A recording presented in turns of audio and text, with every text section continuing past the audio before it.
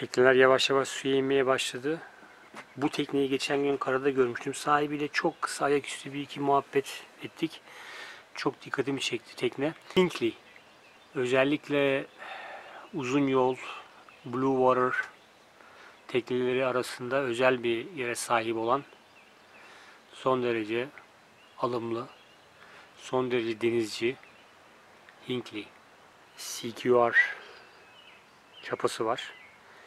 Biraz artık güncelliğini kaybetmiş bir çapa. Şu kısımda görüldüğü gibi bazı oynar parçalardan oluştuğu için pek güvenli olduğu kabul edilmiyor diyebilirim. Ama gerçi dikkat ederseniz Made in Scotland, yani orijinal CQR çakmaları da oluyor. Orijinallerinin çok daha iyi olduğunu duydum. Yani ben olsaydım, yani bu teknenin sahibi ben olsaydım şuraya bir rokna koyardım.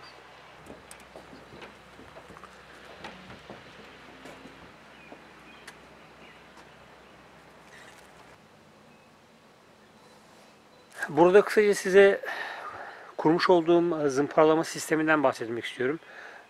Genel geçer bir sistem, yani genelde birçok insan bu ya da buna benzer bir sistem kullanıyor. Gördüğünüz gibi bu tabanında delikler var. Bu delikler sayesinde zımparalanan malzemeyi, zehirli boyayı içine çekiyor.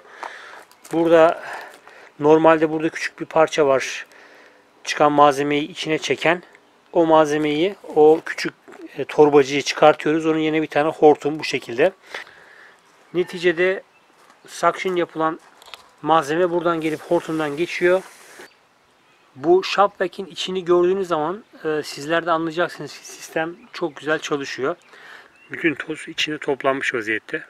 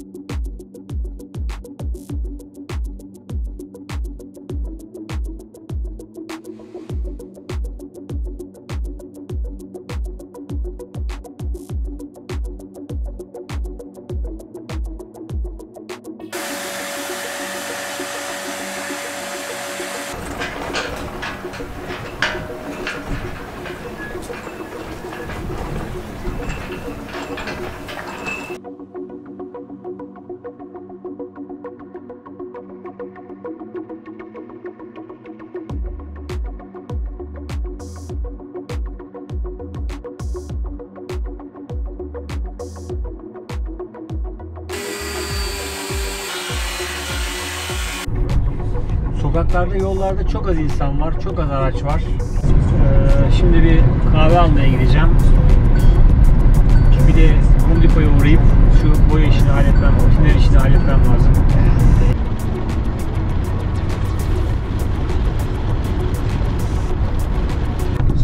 Bu arada arkadaşlar şöyle bir şişme bot var. Bakalım neymiş.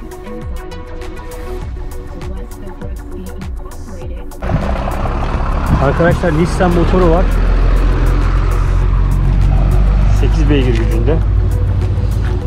Yalnız bu Z-Ray, bunların zaten hepsi Çin malı da bu iyice, yani en döküntü mağazalardan bile alabileceğiniz, yani Çin'in de en kötüsü diyeyim. Ne demiş? Motor 2700, şişme bot 1400, trailer 918. Kendi başına bir hesap yapmış, yani oldu canım, sana hayırlı işler.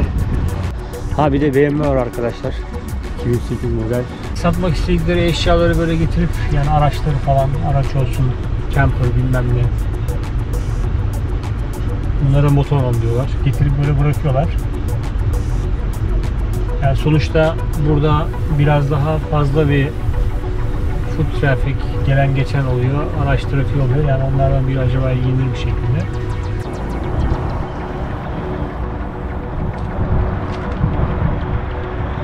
$26.500, 2003 modelmiş. Böyle bir şeyi, hele bir de böyle tanıdıktan falan denk gelirse 8-10 bin dolara bile alabilirsiniz. O cezayı da yazmışlar.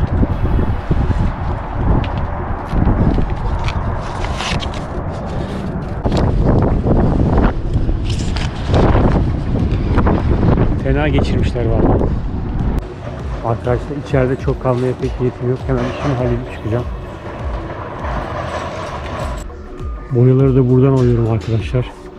Mesela şu teknenin sağ hattını çektiğim boya. Gördüğünüz gibi çeyrek kabını $10. Marin mağazasında bunun 1/4'ünü tabii o boya sadece o plaka çizgisini çekmek için yapılmış. Bunun 1/4'ü $15. Zımpara kağıtları.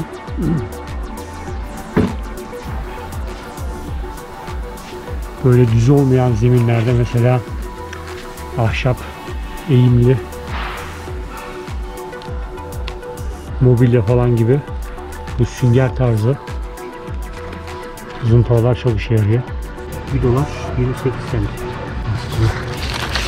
Çok ucuz değil ama yani bu yağlı boya ya da işte epoksi tarzı gerçekten temizlenmiyor. Yani bunu temizlemek için harcadığınız malzeme, tiner neyle temizliyorsunuz. Bunun masrafı fırçanın masrafından daha pahalı.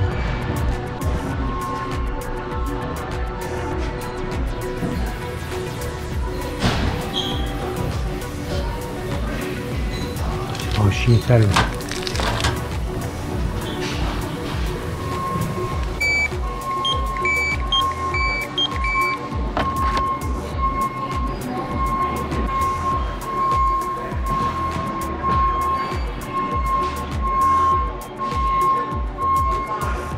Please remove your card. Thank you for shopping at the Home Depot.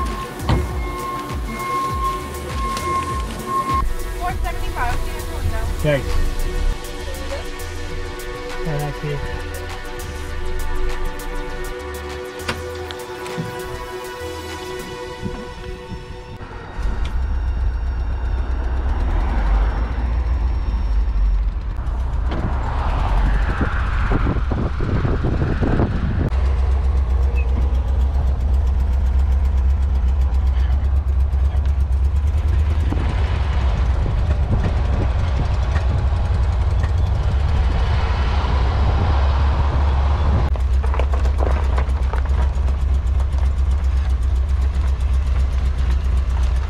Sistemim hazır arkadaşlar. Gördüğünüz gibi ruloyla uygulayacağım zehirli boyayı.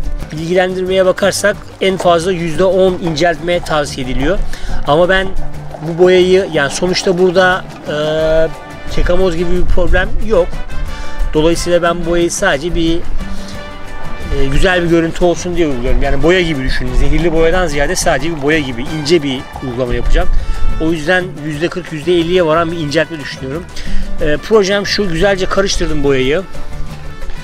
Güzelce karıştırdım. Bu kutunun içine aktarıp %40 %50 oranında inceltip tinerle, şu tinerle inceltip uygulamayı düşünüyorum. Hadi başlayalım. Arkadaşlar %50 projesi tutmadı. Acayip su gibi bir şey oldu. Buna biraz daha katacağız, karıştıracağız. Kıvama geldi gibi. Bir de deneme yaptım. Gayet güzel kapatıyor.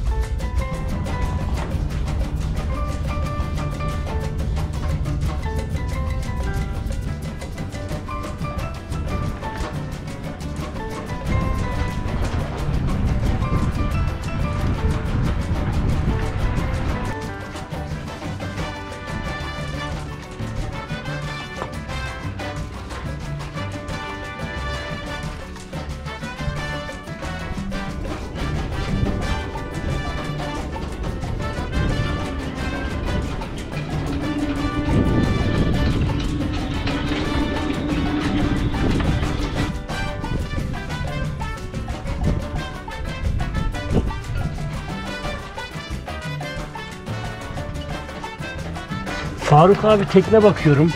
Tekne alacağım abi. Şimdi diyorum, kaç yıldır bakıyorsun? Vallahi 3-4 yıldır bakıyorum. Ya işte buldum bir tane, şusu yoktu, otopilot yoktu, bilmem nesi yoktu falan. Bu işi fazla öyle inceleyip sık dokursanız hiçbir zaman tekne sahibi olamazsınız. Bir bakmışsın zamanın geçmiş. Bir bakmışsın sağlığın bozulmuş, artık bu işlerle uğraşamıyorsun. Şimdi ben bu tekneyi aldım. Bu tekne mükemmel miydi? Hayır, değildi. Ama bir takım kriterlere uyuyordu. Fazla düşünmedim, aldım.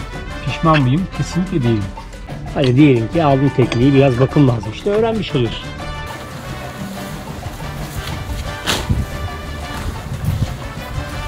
Arkadaşlar marinadaki işimi bitirdim. Tekneyi altını zehirlisini boyadım geldim. Bir süredir aracım tabi içerisinde bütün eşyalarımı taşıyordum. Marinadan eve, evden marinaya. Bugün onların birçoğunu atölyeme indireceğim. Bu zehirli boyama işini bitirdikten sonra tabi yine ufak tefek işler var. Teknenin ahşap parçalarının boyanması lazım. Verniklenmesi lazım. Ama işin büyük kısmı bitti. Yani bunları atölyeye taşıma zamanı geldi. İşlerimiz biraz kolaylaşacak.